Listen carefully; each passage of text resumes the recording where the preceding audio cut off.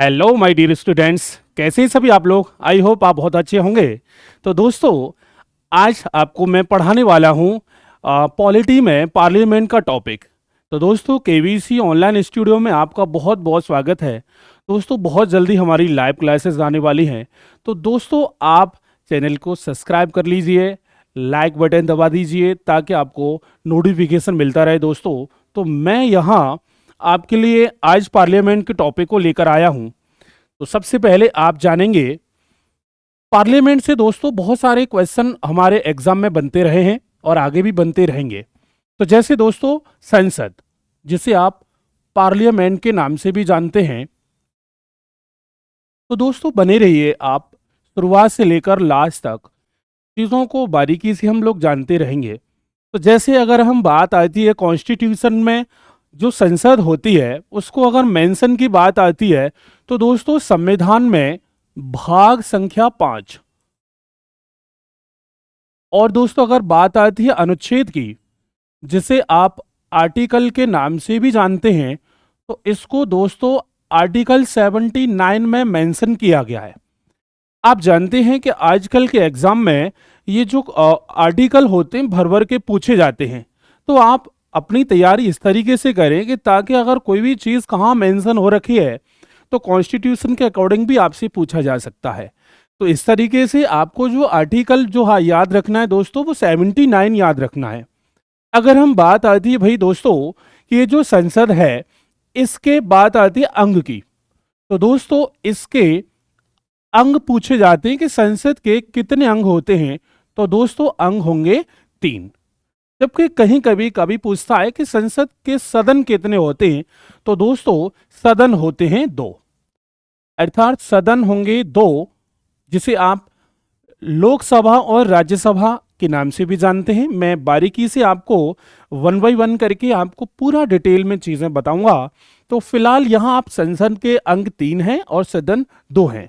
तो जानते हैं हम लोग संसद का निर्माण अगर आपसे पूछता है दोस्तों कितने अंगों से मिलकर हुआ है, तो 3 अंगों से मिलकर संसद का निर्माण हुआ है। जिसमें आपको लोकसभा, एक सदन हो गया हमारे संसद का। दूसरा दोस्तों राज्यसभा, ये संसद का ये दूसरा सदन है दोस्तों, राज्यसभा।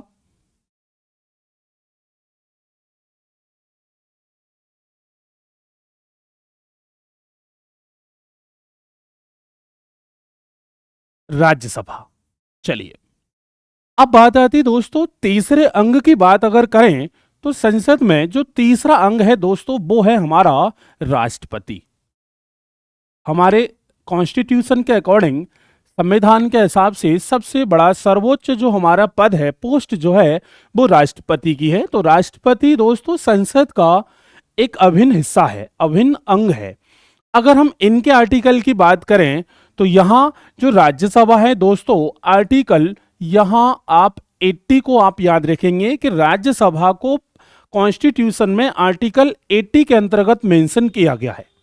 देन अगर लोकसभा की अगर बात करें दोस्तों, तो यहां लोकसभा को आर्टिकल 81 में याद, यहां राष्ट्रपति इसका एक अभिन्न हिस्सा है, तो इसका वैसे आर्टिकल है 52। अभी इसको बाद में हम पढ़ेंगे, लेकिन फिलहाल तो हम संसद के बारे में पढ़ रहे हैं। तो देखिए, जैसे आप एक क्लॉकवाइज की तरह अगर आप देखें तो ये संसद 79 में, ये देन 80 में, और उसके बाद में ये जो लोकसभा है ये 81 में है। तो ये जब आप पहली बार पढ़ते हैं तो आपको अनुच्छेद आर्टिकल याद करने में बड़ी प्रॉब्लम्स क्रिएट होती है। लेकिन दोस्तों वास्तविकता में आपको ये आर्टिकल याद रहते हैं क्या? तो मैं आपको कुछ ये 3 आर्टिकल याद कराने का एक तरीका बताता हूं। जैसे एक ट्रिक आप यूज कर सकते हैं इसके लिए। जैसे एक वर्ड है दोस्तों सरला, सरला, ये आप याद रखिए इसको। सरला में अगर आप देखें, इसको क्लासिफाइड करें, तो सरला में दोस्तों यहां सा से संसद की बात हो रही है, तो संसद में हो गया 79। और यहां रा से राज्यसभा है दोस्तों, तो आर्टिकल हो गया 80। और ला से दोस्तों लोकसभा है, तो ये आर्टिकल हो गया 81। आई होप ये जो ट्रिक है ये पहली बार पढ़ने वालों को तो काफी अच्छी लगी होगी। जो लोग पहले पढ़ चुके हैं दोस्तों, वो ये नहीं सोचें कि हम लोग केवल यहीं तक लेके चलेंगे, आगे भी लेके चलूंगा मैं इसको। तो ये सरला के नाम से आर्टिकल आप केवल एक काउंटिंग नंबर के रूप में भी याद रख सकते हैं। 79, 80, उसके बाद 81 है। चलिए दोस्तों, यहां तक आपको बात समझ में आई होगी। अब मैं आपको लेके चलता हूं फिर से अपने टॉपिक पे, जहां हम बात कर रहे थे राज्यसभा की। ठीक है दोस्तों, देन अगर हम बात आती है राज्यसभा में, तो थोड़े से क्वेश्चन किस तरीके से बनते हैं कॉन्स्टिट्यूशन में। भाई आर्टिकल के अलावा भी तो बहुत सारे सवाल बनते हैं, तो उनके बारे में बात करें तो दोस्तों, ये जो राज्यसभा है, अभी मैं आपको लोकसभा से कंपैरिजन करके भी बताऊंगा, लेकिन फिलहाल राज्यसभा के पॉइंट देखें तो दोस्तों, राज्यसभा को आप उच्च सदन के नाम से भी जानते हैं। किसके नाम से जानते हैं? उच्च सदन। कई सारे नाम हैं इसके, पेपर में भी पूछे जाते हैं। तो राज्यसभा को उच्च सदन के नाम से भी जानते हैं। देन दोस्तों, उच्च सदन के साथ साथ इसको आप स्थायी सदन के नाम से भी जानेंगे। राज्यसभा को आप स्थायी सदन के भी नाम से जानते हैं। और दोस्तों, अगर देखा जाए कि राज्यसभा को ये council of state, council of state, मैं सारी चीजें आपको धीरे धीरे करके बताता रहूंगा। तो काउंसिल ऑफ स्टेट्स के नाम से भी राज्यसभा को पहले जाना जाता था, जिसे आप राज्य परिषद के नाम से भी जानेंगे। राज्य परिषद, राज्य परिषद। लेकिन दोस्तों, अगर बात आती है कि इसका नाम चेंजेस कब हुआ है, तो ये हमारा 23 अगस्त 1954 एक अध्यादेश जारी हुआ, जिसके बाद में काउंसिल ऑफ स्टेट्स को राज्य परिषद को नाम दिया गया दोस्तों, क्या? राज्यसभा। आज ऑफिशियल नाम जो अगर है इसका, तो वो राज्यसभा ही है। देन अगर आप देखें, इसको इंग्लिश की बात आती है, तो दोस्तों इसको आप अपर हाउसेस के नाम से भी जानते हैं। इसको आप अपर हाउसेस के नाम से भी जानते हैं, राज्यसभा। चलिए, अब बात आती है राज्यसभा की। ये तो हो गई नामों की बात। अब इसके अंदर की बात अगर हम देखें कि अंदर इसके क्या है, राज्यसभा क्या होती है, किस तरीके से एग्जाम में एग्जामिनर हमसे क्वेश्चन पुटअप कर सकता है, उन सबको वन बाई वन करके जानेंगे। सबसे पहले अगर मैं आपको कहूं कि राज्यसभा में अगर आपको यहां मेंबर बनना है, सदस्य बनना है, तो राज्यसभा में सदस्य बनने के लिए, राज्यसभा में सदस्य बनने के लिए आपसे न्यूनतम, मिनिमम आयु पूछता है। तो न्यूनतम जो आयु होती है दोस्तों, वो होती है 30 ईयर्स। कितने साल होगी दोस्तों? वो 30 साल होगी। आप कंफ्यूज हो सकते हैं, क्योंकि लोकसभा में इसकी जो आयु होती है, न्यूनतम आयु होती है, वो 25 ईयर्स होती है। और यहां दोस्तों आपकी जो न्यूनतम आयु होती है, वो 30 साल होती है। अगर मैक्सिमम की बात आती है, मिनिमम की बात यहां मैं कर रहा हूं, मैक्सिमम की बात आती है, तो कोई निश्चित सीमा में आयु निर्धारित नहीं की गई है। अर्थात जो भी व्यक्ति इसका इलेक्शन लड़ने के लिए एलिजिबल होता है, वो आगे लड़ता रहता है। चलिए, सदस्य बनने के लिए न्यूनतम आयु हमारी 30 साल हो गई। साथ ही साथ दोस्तों, इसका जो सदस्य होता है, इसका जो सदस्य होता है, वो दोस्तों उसको बोलते हैं आप सांसद। क्या बोलेंगे? सांसद, जिसे आप एमपी के नाम से भी जानते हैं, मेंबर ऑफ पार्लियामेंट। लेकिन दोस्तों, ये जो हमारे सांसद होते हैं, इनका जो इलेक्शन जो प्रोसीजर होता है, जिसे आप चुनाव प्रक्रिया कहो या निर्वाचन कह सकते हैं आप इसको, जो चुनाव होता है इनका, वो होता है अप्रत्यक्ष रूप से, इनडायरेक्ट वे में ये इनके सदस्य चुने जाते हैं। राज्यसभा के सदस्य, इनका इलेक्शन कभी भी जनता के द्वारा, बाय द पीपल, सीधा सीधा डायरेक्ट नहीं होगा। इनका जो चुनाव होगा वो अप्रत्यक्ष रूप से होगा। कहने का मीन्स क्या है? मैंने जैसे सपोज है एमएलए एमपीज को चुना है, देन वो इसको चुनेंगे राज्यसभा के मेंबर्स को। इसलिए जनता से, बाय द पीपल, इनका कोई कांटेक्ट नहीं है। और चुनाव की जो हमारा जो सिस्टम है, वो कैसा है? अप्रत्यक्ष रूप से है। ठीक है ना? चलिए, देन उसके बाद में दोस्तों, अगर हम बात आती है इनके टाइम ऑफ ड्यूरेशन की बात करते हैं, टीनर की बात करते हैं, कार्यकाल की बात करें, तो दोस्तों ये जो राज्यसभा के सदस्य होते हैं इनका जो कार्यकाल होता है वो होता है 6 साल। कितने साल होता है? 6 साल होता है। लेकिन दोस्तों अभी मैंने आपको बताया कि यहां जो राज्यसभा है वो स्थायी सदन है। अब आप सोच रहे होंगे कि सर यहां कार्यकाल भी फिक्स है, फिर भी ये स्थायी सदन कैसे बन गया? तो मैं आपको समझाने का प्रयास करूंगा। जैसे यहां क्या होता है दोस्तों, राज्यसभा में जो टोटल कैंडिडेट होते हैं, राज्यसभा में जो कुल सदस्य होते हैं, कुल सदस्य दोस्तों 250 मैक्सिमम हो सकते हैं। अगर आपसे पूछा जाए कि राज्यसभा में अधिकतम सदस्य कितने हो सकते हैं, 250 250। लेकिन प्रेजेंट टाइम में अगर बात आती है तो 245 सदस्य राज्यसभा में हैं। लेकिन हम लोग एग्जाम्पल तौर पे मैक्सिमम कैंडिडेट के बारे में ही हम लोग समझेंगे।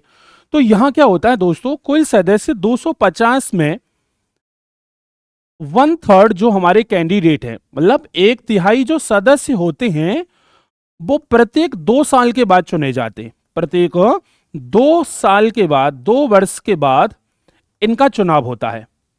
और एक बात याद रखेंगे, जितने सदस्य चुने जाते हैं उतने ही सदस्य रिटायरमेंट भी हो जाते हैं, जिसे आप सेवानिवृत्त के नाम से जानते हैं।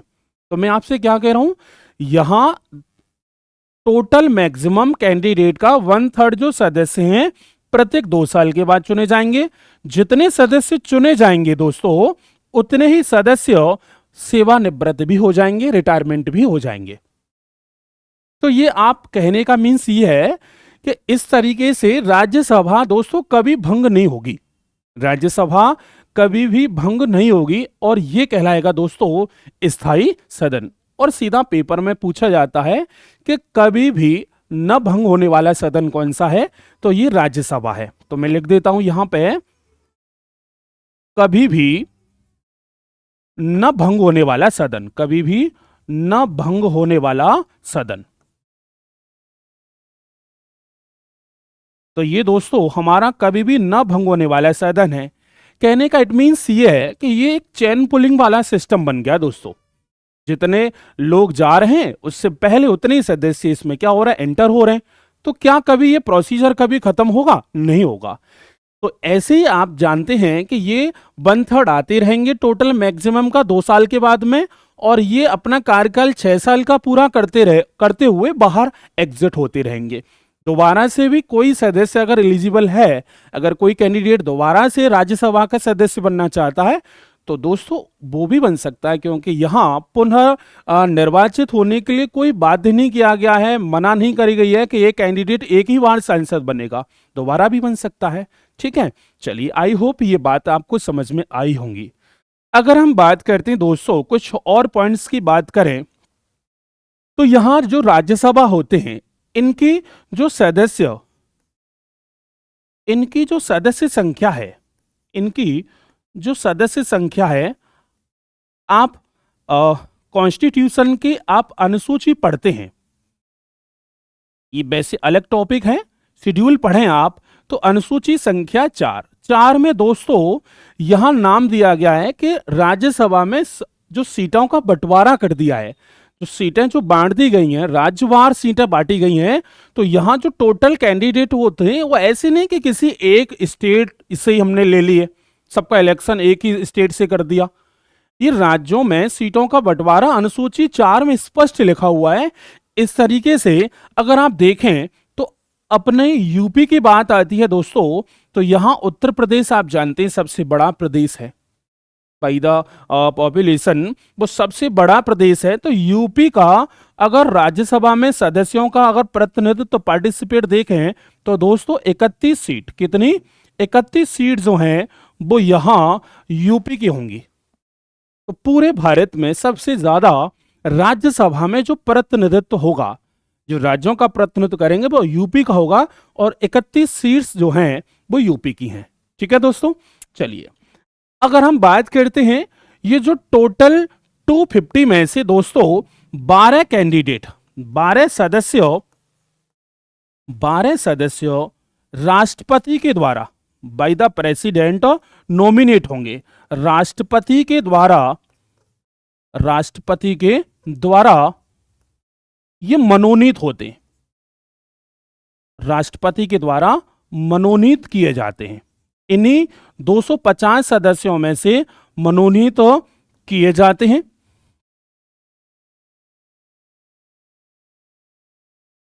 मनोनीत किए जाते हैं।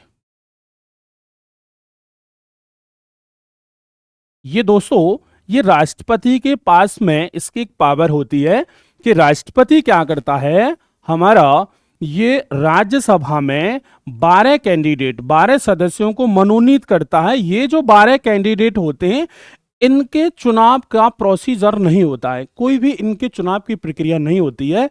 ये बस भारत में आप देखते होंगे खेल, संगीत, साहित्य, मनोरंजन, बॉलीवुड एक्टर्स भी आ जाते हैं इसमें दोस्तों। मनोरंजन, कोई विज्ञान में कोई बहुत बड़ा योगदान जिसने दिया है, विज्ञान या समाज सेवा,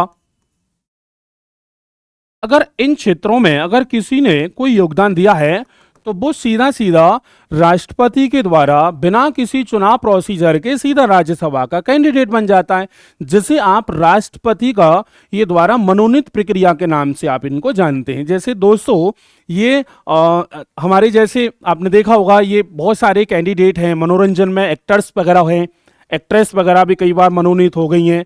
जैसे सचिन वगैरह को जैसे नॉमिनेट की बात आती है, तो ये हमारे राष्ट्रपति के द्वारा क्या होंगे, मनोनीत होंगे।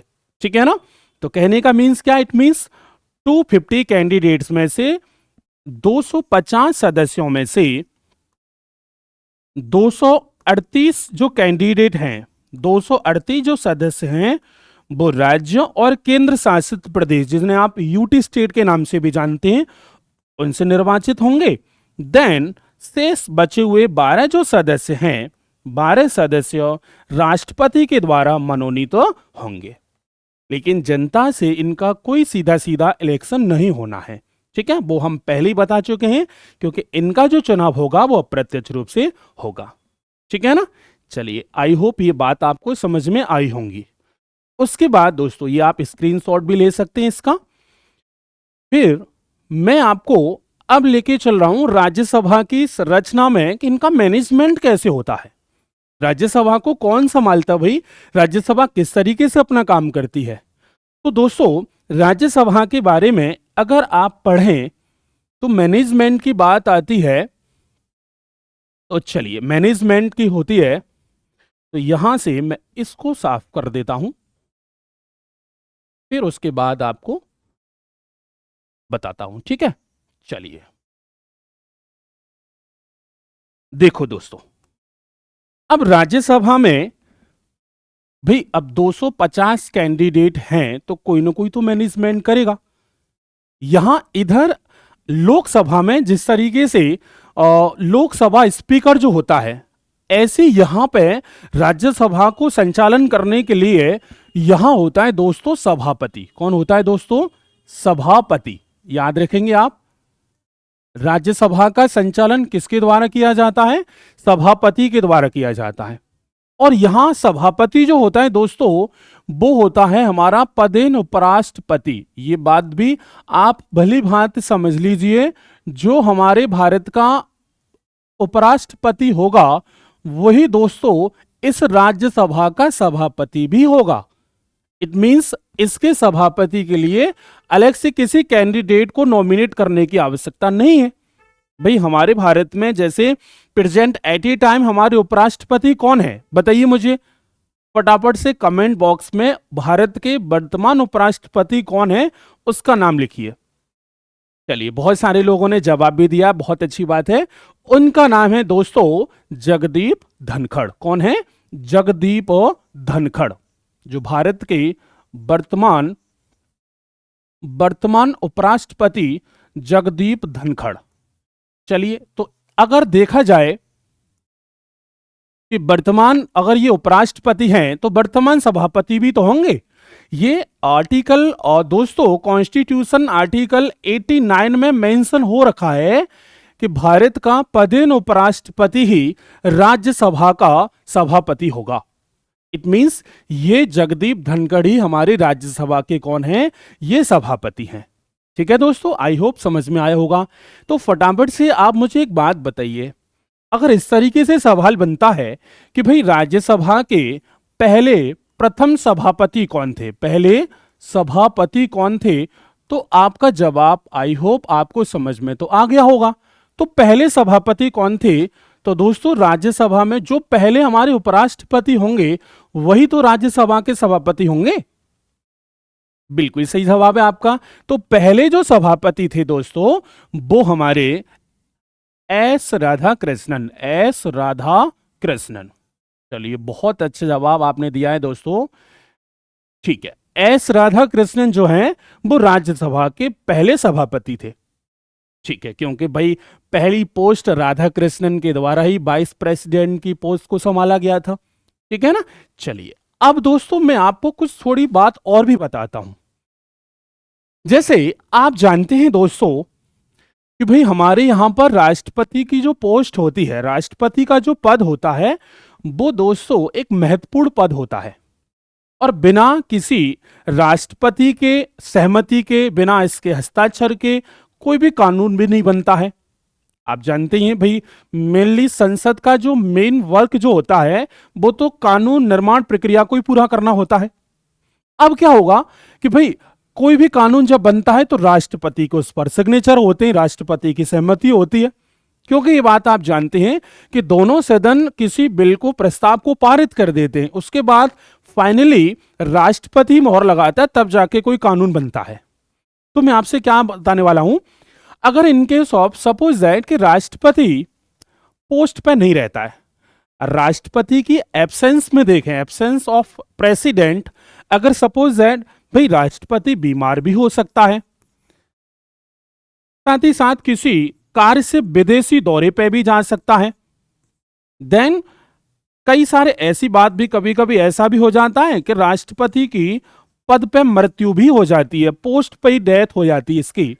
तो उस कंडीशन में दोस्तों ये राष्ट्रपति की जो पोस्ट होती है वो हमारा उपराष्ट्रपति उसको संभालता है। अब आप सोच रहे होंगे कि सर जब उपराष्ट्रपति राष्ट्रपति के पोस्ट को संभालेगा तो राज्यसभा का मैनेजमेंट कौन करेगा? बिल्कुल सही सोच रहे हैं। तो उस कंडीशन में क्या होगा दोस्तों, राज्यसभा का जो सभापति जो होता है ये तो बन गया भैया राष्ट्रपति। इसकी एब्सेंस में अगर देखें तो यहां एक होता है उपसभापति। कौन होता है दोस्तों? उपसभापति। इसको लोग बहुत कम जानते हैं, लेकिन एग्जाम में तो वही सारे सवाल ज्यादा आते हैं जो आपने कम पढ़े होंगे। तो यहां दोस्तों मैं आपको क्या कह रहा हूं कि अगर सभापति जो हमारा पदेन उपराष्ट्रपति है, जब एब्सेंस ऑफ प्रेसिडेंट इसकी पोस्ट को संभालेगा तो यहां इसकी पोस्ट को कौन संभालेगा? उपसभापति संभालेगा।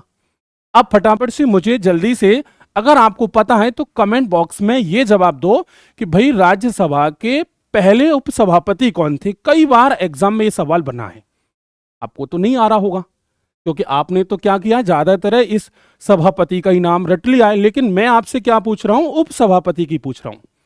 तो यहां दोस्तों राज्यसभा के जो पहले उपसभापति थे उसको आप याद रखेंगे, वो है एस बी कृष्णमूर्ति राव।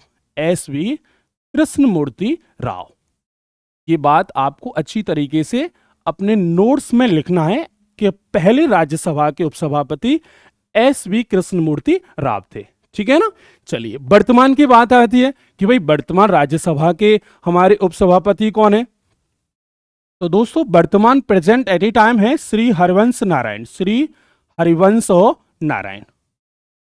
अच्छा, कुछ बच्चे ये भी सोच रहे होंगे कि सर इतने सारे इजीली आप बता रहे हैं कि भाई अचानक से आदमी फिर आएगा कहां से, हरिवंश नारायण कहां से लेके आएंगे? तो दोस्तों बिल्कुल इस बात की टेंशन नहीं है, क्योंकि ये जो उपसभापति होता है वो राज्यसभा का खुद सदस्य होता है। तो कहने का मीन्स क्या है, जो मैं आपको बता रहा हूं ना, टोटल कैंडिडेट में खुद भी एक कैंडिडेट है राज्यसभा का। लेकिन एक सवाल बनता है, क्या सभापति राज्यसभा का सदस्य होता है? तो बिल्कुल नहीं होता। तो हमारा जवाब क्या होगा? नहीं होता। तो मैं आपसे क्या कह रहा हूं, केवल जो उपराष्ट्रपति होता है वो राज्यसभा का सभापति है, सदस्य नहीं है। और जो मैं अब आपको बता रहा हूं कि जो उपसभापति है वो राज्यसभा का उपसभापति भी है, साथ ही साथ सदस्य भी है। ठीक है ना, तो इन्हीं कैंडिडेट में शामिल होता है हमारा उपसभापति। आई होप दोस्तों आपको ये बातें अच्छी तरीके से समझ में आई होंगी। ठीक है ना, तो इस तरीके से हमारी राज्यसभा की बात होती है। कुछ और भी जैसे मैं पॉइंट्स की बात करूं कि भाई इनका जो टीनर है कि भाई कैसे कैसे रहा, तो राज्यसभा की आप देखेंगे स्थापना की बात आती है तो राज्यसभा में जो स्थापना जिस समय हुई तो ये सभी लोग पहले से एट ए टाइम मौजूद थे, क्योंकि राज्यसभा की स्थापना की बात आती है तो कब हुई है? राज्यसभा की स्थापना हुई है दोस्तों 1952। कब हुई है? 1952, 3 अप्रैल 1952 में स्थापना हुई है। अच्छा, आपको सवाल ऐसे ही पूछ सकता है कि राज्यसभा की पहली बैठक कब हुई? राज्यसभा की पहली बैठक कब हुई, ऐसा भी सवाल बन सकता है। तो राज्यसभा की पहली बैठक कब हुई? तो वो हुई है दोस्तों 13 मई 1952 में। 13 मई 1952 में इसकी पहली बैठक हुई है। ठीक है ना, तो उस समय इसको किसके नाम से जानते थे? काउंसिल ऑफ स्टेट्स के नाम से जानते थे, जिसे आप राज्य परिषद कहते हैं, लेकिन 1954 से इसे राज्यसभा के नाम से जाना गया है। ठीक है ना, आई होप आज मैंने केवल आपको ये राज्यसभा के बारे में समझाया है। आपको अच्छा लगा हो तो दोस्तों कमेंट में आप ये बता सकते हैं मुझे कि आपकी क्लास कैसी लगी है। ठीक है ना, चलिए थैंक यू क्लास, थैंक्स दोस्तों, यहीं तक हमारा रहेगा। अगली वीडियो में आपको बहुत जल्द ही लोकसभा पे लेके आऊंगा, और जिस तरीके से मैंने अभी आपको राज्यसभा के बारे में बताया है सेम ऐसे कंपैरिजन करके दोस्तों मैं आपको लोकसभा को पढ़ाऊंगा नेक्स्ट क्लास में। ठीक है, ओके, थैंक यू क्लास।